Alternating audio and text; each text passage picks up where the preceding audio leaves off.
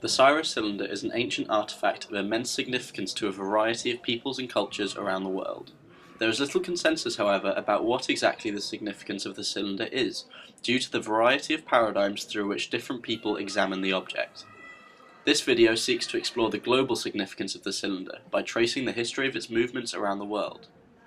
The modern story of the Cyrus cylinder begins in March 1879, when it was excavated by a team led by the Assyro-British archaeologist Hormuzd Rassam.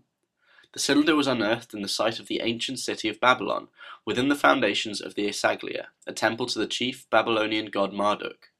Rassam was working for the British Museum and managed to carry out the excavation and removal of the cylinder legally by obtaining a decree from the Ottoman Sultan at the time. This gave him permission to pack and dispatch to England any antiquities he found. The cylinder then travelled to its new home in the British Museum, on a journey that lasted 2 months from April to June in 1879. It was examined by the experts at the museum, and the discovery was announced to the public on the 17th of November 1879. From 1880 to 1971, the cylinder was exhibited first in the Babylonian and then in the Persian room of the British Museum. The significance to Britain lies in the interpretation of the scroll as a blueprint for a state that is tolerant to all people of all faiths. If the message of the cylinder is to be believed, Cyrus enforced a policy of tolerance towards the diverse society which he ruled. Cyrus was an inspirational figure for the thinkers of the Enlightenment, who sought to change their states to be more like his in terms of religious toleration. Although modern Britain still has a state religion, it is not dominant, and the state does not discriminate against those who do not follow it, demonstrating the legacy of Cyrus's philosophy. The cylinder is important to the British Museum as they view it as their responsibility to preserve and share the cultural history of the world. The cylinder is one of the most prized possessions to the museum due to its global significance. In keeping with their policy of sharing their collection with as many people as possible, and due to Iran's connection to ancient Persia, the British Museum controversially loaned the cylinder to Iran in 1971. The cylinder was important to the Iranian regime as it gave them a propaganda tool to associate themselves with a strong leader seen to be tolerant and wise. To the Iranian people, the significance was that it was a key artifact from the beginning of the Persian Empire. There is a strong desire to provide direct connection and continuity between modern Iranians and what they see as their glorious heritage. Iranians attach significance to the cylinder as it demonstrates a great contribution to humanity by their people. The cylinder returned to Britain despite appeals for it to remain in Iran and retook its place in the British Museum. However, this time it was placed in the Iranian room. At the same time, the sister of the Iranian Shah presented a replica of the cylinder to the United Nations. She labeled it as the first declaration of human rights.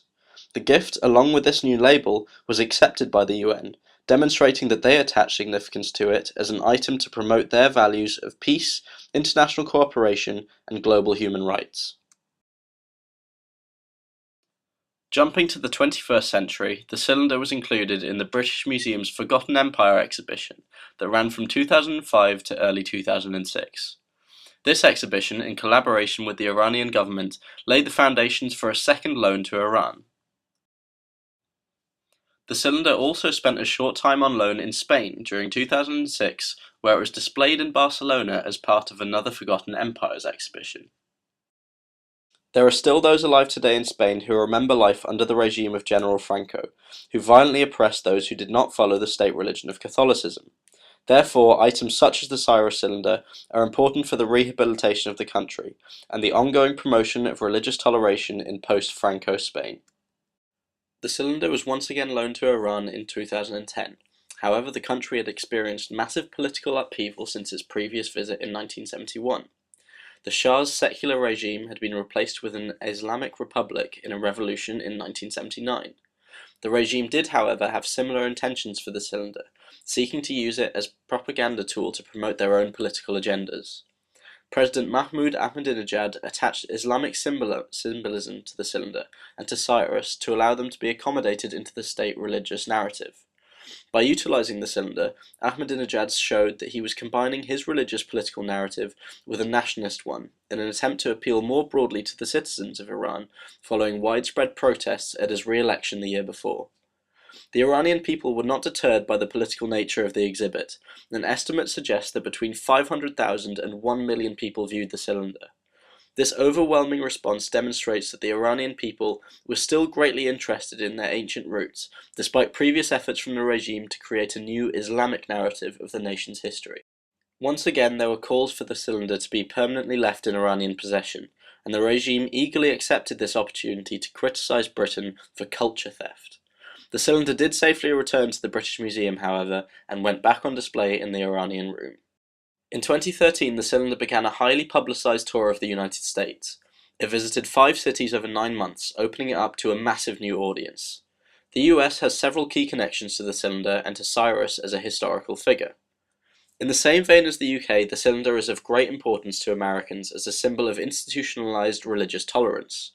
Cyrus was revered by key figures who wrote the Constitution of the United States, most notably Thomas Jefferson. Jefferson owned 2 copies of the Cyropedia and was greatly inspired by Cyrus's model of a diverse state with no dominant religion. Neil MacGregor points out that the US is the only nation that managed to copy Cyrus by building tolerance into the structure of the state, as opposed to Britain's state religion or France's stance against all religions, for example. Further significance is added due to the large population of people of Iranian descent living in America. Viewing the cylinder is able to provide these people with a sense of connection to their heritage and a sense of cultural identity that can sometimes be lost in a melting pot such as the United States. The Cyrus cylinder is a rare item, in that it holds so much different meaning to so many people all around the world. It doesn't have the same high profile as items such as the Rosetta Stone or the Hammurabi Code, yet its impact on our human civilization is arguably greater.